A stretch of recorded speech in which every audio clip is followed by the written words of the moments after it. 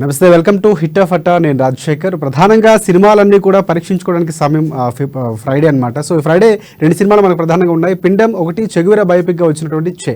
So రెండు సినిమాల గురించి పూర్తి విశ్లేషణ అందించడానికి మన వీడియో ఫిల్మ్ జర్నలిస్ట్ మనతో పాటు ఉన్నారు అశోక్ గారు తీయాలి. సో పూర్తి డీటెయిల్స్ అడదాం. అశోక్ గారు చెప్పండి. ప్రధానంగా పిండం సినిమా రెండు సినిమాలు వచ్చాయి సార్, మనకి ఎండింగ్ అవుతుంది, ఇయర్ ఎండింగ్ కూడా.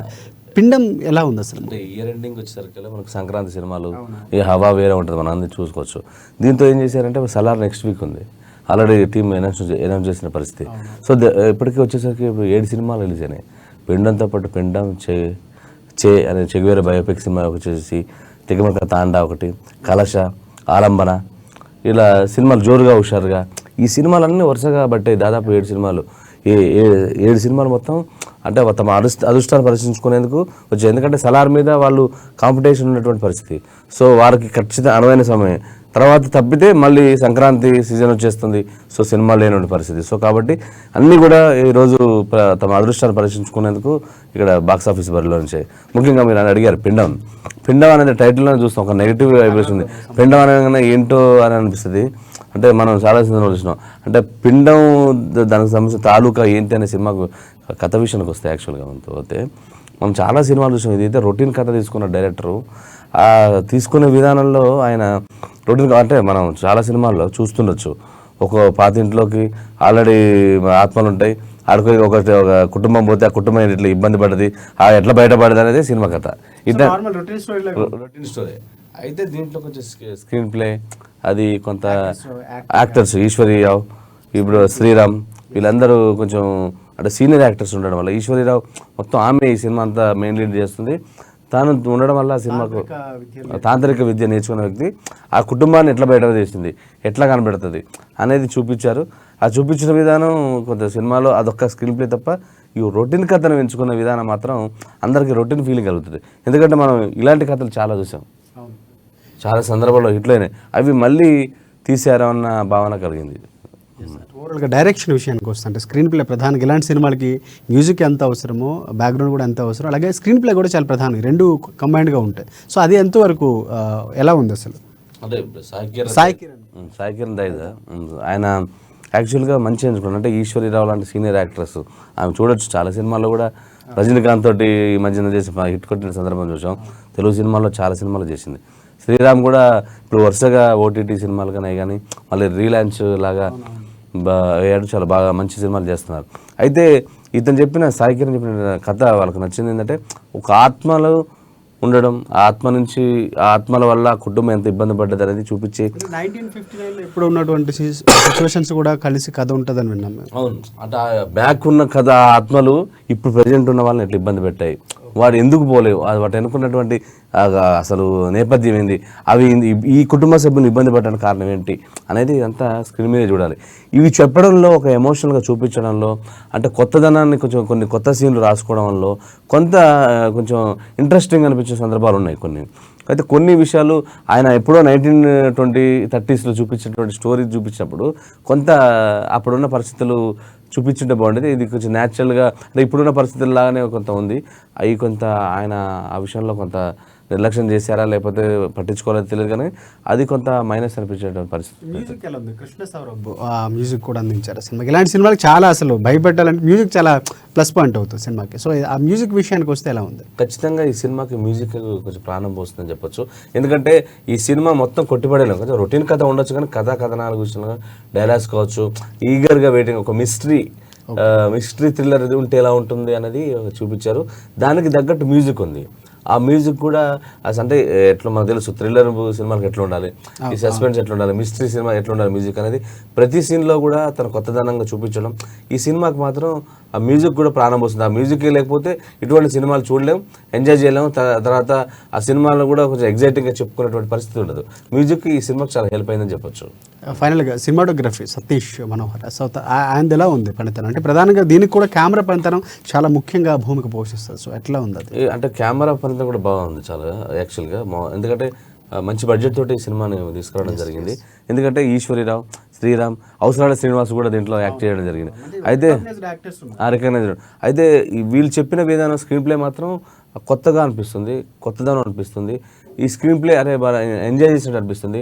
పాత సినిమా తాలూకు కథలు ఉన్నప్పటికీ ఆ ఛాయలు ఉన్నప్పటికీ కూడా ఈ స్క్రీన్ ప్లే వల్ల, ఈ కెమెరా పనితనం, ఈ మ్యూజిక్ వల్ల మొత్తానికి మాత్రం కొంచెం ఆ సినిమాకి హెల్ప్ అయిందనే చెప్పొచ్చు.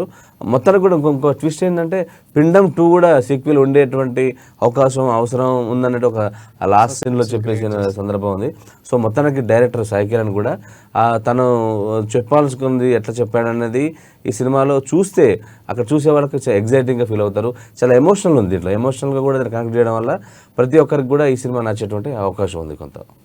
చెగోవెరా పేరు చెప్పగానే మనకి చాలామంది పవన్ కళ్యాణ్ ఫ్యాన్స్ కానీ చాలామంది ఇప్పటికీ పోస్టర్లు వేసుకుంటారు. అంత పెద్ద అంటే అందులో ఒక పోస్టర్లో కూడా భారతీయ చలనచిత్రంలో ఫస్ట్ టైం చెగోవెరా చరిత్ర బయోపిక్ తీస్తున్నామని వేస్తారు సినిమా. ఆ విషయానికి వస్తే బిఆర్ సభావత్ నాయక్, సో దానికి ఆయనే రచన, డైరెక్షన్ కానీ అండ్ యాక్టర్గా తనే ఆ పాత్ర కూడా పోషించారు. సినిమా ఓవరాల్గా ఎలా ఉంది అంటే చాలామంది యువత ఇన్స్పైర్గా తీసుకునే హీరో, తను నిజంగా రియల్ హీరో అనమాట. సో ఆ కథ ఎలా ఉంది, కథనం ఎలా ఉంది? ఇప్పుడు మనం చెగోవెరా మీరు చెప్పినట్టు చెగోవెరా అనేది ప్రపంచ విప్లవకారుడు. అంటే ఇప్పటికి మనం చూస్తుంటాం ఆయన బొమ్మలు, టాటూస్, ఇప్పటికి యువత ఆయన ఇన్స్పైర్ చేసుకుంటుంది. చాలా మంది తెలియని వాళ్ళు కూడా, అంటే ఆయన రూపం కూడా అంతా ఉంది. అంటే అతను చేసినటువంటి నిజాయితీ గల యుద్ధం, అంటే ఆయన సామ్రాజ్యవాదం, ఈ పెట్టుబడిదారు వ్యవస్థ, అంటే ఈ పాలన ఏకీకృతం అవ్వడం, అంటే సామాన్యులు బీదవాళ్ళు ఇబ్బంది పడడం, ఆయన చెలించిపోయి ఆయన పోరాటం చేశాడు.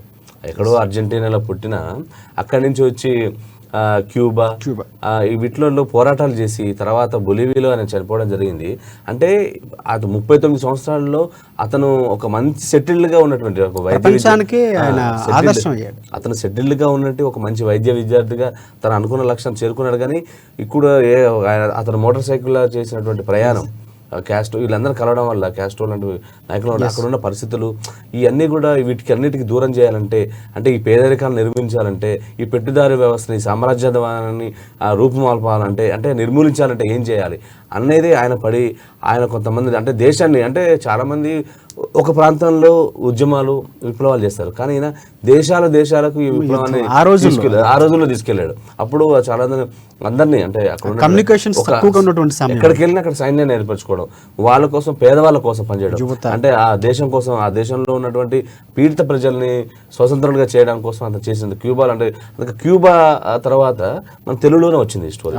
సో ఇటువంటి త్యాగం చేసిన సినిమాలో ఈ బిఆర్ సభావత్ నాయక్ అనేటువంటి డైరెక్టరు, అతను ఒక చిన్న స్థాయి నుంచి వచ్చి ఒక అభిమాని. యాక్చువల్గా ఆయన సందర్భంలో చెప్పాడు, పవన్ కళ్యాణ్ అభిమాని. పవన్ కళ్యాణ్ సినిమా ద్వారా ఆయన ఎవరో తెలుసుకోగలిగాం. పోస్టర్లో కూడా పవన్ కళ్యాణ్ ఏర్పరచుకున్నారు. ఆ సినిమా ధర చేసుకుని ఆయన దాదాపు కోట్ల రూపాయలు ఖర్చు పెట్టాడు. అసలు ఆయనకు సినిమాకి సంబంధించి, ఇండస్ట్రీకి సంబంధం లేని వ్యక్తి, ఒక అభిమాని తెలిస్తే ఎంత రిస్క్ చేస్తాడు. ఇండస్ట్రీలో ఎంతమంది ఉన్నా కూడా సాహసం చేశాడు. అసలు ఇటువంటి స్టోరీ చూస్తే అది కొన్ని పాన్ ఇండియా లెవెల్ కాదు, పాన్ వరల్డ్ లెవెల్లో సినిమా చూస్తారు. ఎందుకంటే చెగోవెరా అంత గొప్ప నాయకుడు అనమాట. అటువంటి సినిమాని ఇతను ఎట్లా చెప్పగలడు అంటే, కోట్ల రూపాయల జీవితాన్ని రిస్క్ చేశాడు, ఒక చిన్న సాధారణమైనటువంటి వ్యక్తి.